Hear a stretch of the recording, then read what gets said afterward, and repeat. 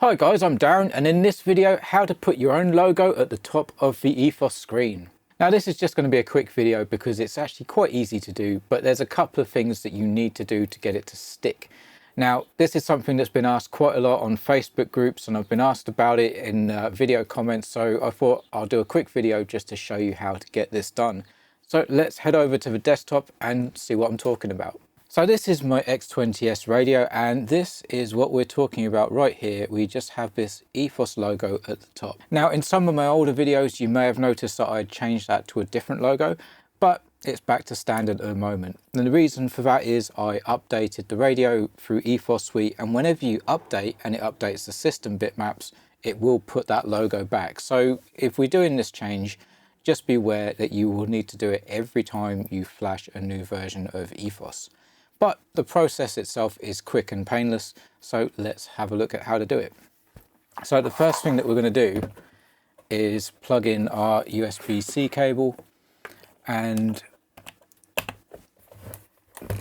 next up we're just going to choose ETHOS Suite. Now let's head over to the computer. Right, so if you're on Windows, a couple of drives may have popped up. So for my X20S, you can see we have two drives. One of them is the flash storage, which if we look at the drive, it's only about 8 megabytes. So if I right click and properties, it's not going to work. There we go. So you can see it's about 8 megabytes, and the SD card, which is here, is going to be basically the size of the SD card you put in there. I think it was 8 gigabytes standard, but I've actually got a 32 gigabyte card in there, so you can see that's around 32 gigabytes. And actually what we want to look at this time is the flash storage. So we have this bitmaps folder here, and in here we have a system folder. So let's go into the system folder, and what we're looking for is a file, I believe it's called ETHOS logo, or it's just called logo. There we go. icon_ethos. This is the file that we want. And the best thing to do is just copy this to your computer, so you could just put it on the desktop, whatever you want to do, and edit it in a image editing package so that it looks how you want it to look.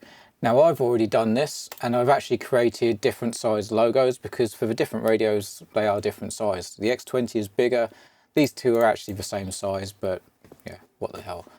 But the problem is, if we copy this logo across now, it won't stick. So let me just show you that. So I'll copy my logo onto the SD card, replace the file, and you can see in Windows Explorer, it's here, it's the right logo. But let's pop back to the desk for a minute. Right, so what we're going to do is I'm just going to unplug the SD card, and you can see the logo is still the old one. So let's reboot the transmitter, and that will update everything, right?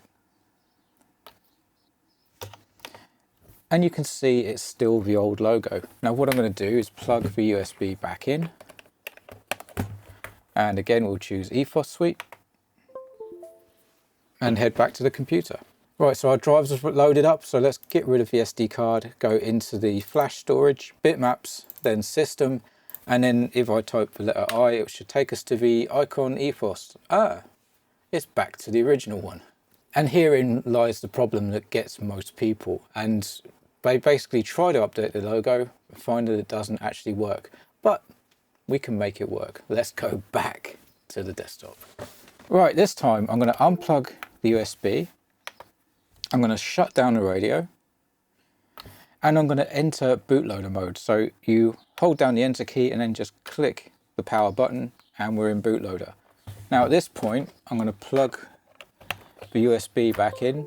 It just says USB connected, and back to the computer again. On the computer it looks exactly the same as it does. We've got well, it's taking its time for the SD card, but we have our drives. There's the SD card, here is the flash storage. So again we'll go into bitmaps, system, and I'm just going to copy that logo in.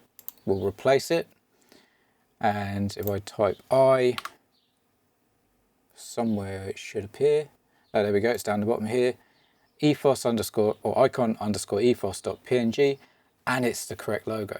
So once again, let's head back to the transmitter. So this time I'm going to unplug the USB, quick click to turn off the bootloader, and now a long press to power on. and you might already be able to see, but this time it's actually worked. So I have my logo with FrSky ETHOS next to it. So that's how you need to do it. So you can see it does work. There's just that little trick to it. So there you go, guys. If you want to put your own logo at the top of the screen, that's how you do it. You need to upload the file in bootloader mode. Another popular thing that people are asking for is a full screen image when you switch it on. Unfortunately, that's something that I believe is actually baked into the firmware, so you can't sort that out yourself. I've asked for it myself in the GitHub, but unfortunately it's something that apparently we won't be able to do. But this is probably the next best thing, right? You can see it all the time.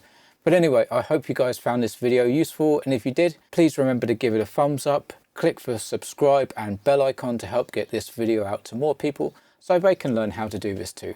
Thank you for watching, guys. Fly models like you stole them, and I'll see you on the next one.